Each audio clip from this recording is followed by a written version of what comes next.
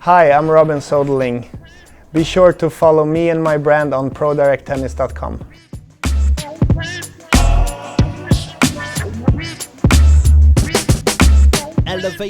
Actually, I like them all. In the beginning of my career, I didn't like to play the Grand Slams. I don't know why.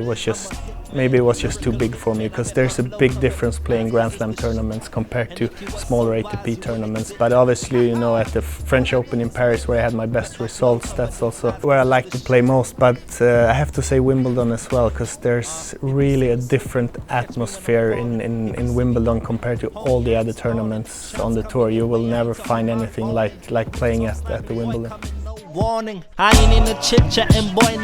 Not too much, actually. I remember the last tiebreak. I remember I was really nervous, and I wasn't nervous for the whole match. But then all of a sudden I was up 2-1, and we were playing a tiebreak, and I got an early lead in the tiebreak, and that's when I really, for the first time in the match, I started to think that and believe that I could actually really win it. And then that's when I got a little bit nervous, but it was a great match, and I have so many good memories, not only from that match but also from the whole 2 weeks during that tournament. No, actually when I was playing I never had any real plans of what to do after I finished my career, because I was so focused, and I think that's the case in every athlete. It doesn't matter what sport. When you're in it, you're just in your own little bubble, and I was only focusing on tennis, so I never had any plans. But then when I got sick and I couldn't play after a while, I thought, okay, I can't just sit around and wait to be healthy. I have to do something, and then it was a natural step, because I wanted to stay in the tennis industry and the tennis business, but I couldn't play, so I had to do something else. Yeah, this is during the time when I couldn't play. I had all of a sudden I had a lot of time, which I didn't have had in the past. So when I was playing, I was always very picky about materials. I always knew which racket I like, what strings I like, and then I think the better you get, the smaller the margins are. So I think having the right equipment can really make a big difference. So I remember when I was playing, someone asked me which is the best ball on tour, or which is the best ball you ever played with, and then that was the only thing I couldn't come up with an answer on, because there were a couple of good and decent tennis balls, but not one that I really liked. So it started off as a fun project. I wanted I wanted to see if it was possible to develop a tennis ball that I thought was the best one in the world.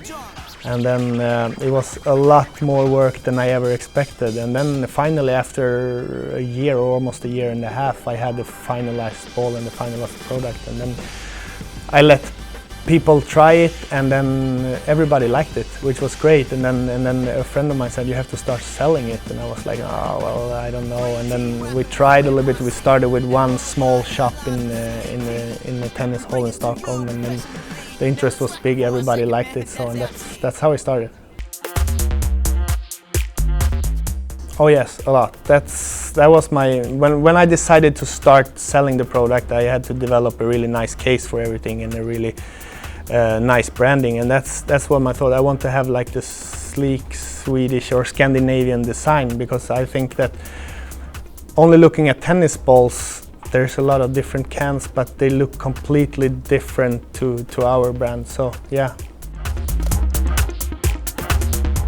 Yes, there is. We're talking to a few others, which is great. Starting at the Stockholm Open, it was great for us, and that was actually the first time that the ball was really tested. I had a lot of good pros testing it before, but not at competitions and on the highest level. So that was a really big test, and it worked out really well. It was really appreciated by the players. So now we're really looking for more tournaments. No, I develop all the products myself. It's 100% me, because that's, if I'm going to put my name on the products, I have to be able to stand for it. I have to really believe myself 100% that this is a really high quality product. So it's a lot of work. It takes a long time and many hours in both at the practice court and in the factories. But the reward is so good when you finally have the finalized product. It's the closest feeling you can come to winning a big match and a big court. We'll see. I'm already thinking about different products, but I would like to have a company that's developing tennis gear. So I'd like, I mean, of course it's nice to have a good-looking shirt when you play tennis, but it's not something that would actually improve your game. But playing with a good tennis ball, the best strings, the best grips, and the best product suited for you, that could actually improve your game. And that's what I'm really interested in. Pimp to these souls and not a pimp of my own mind.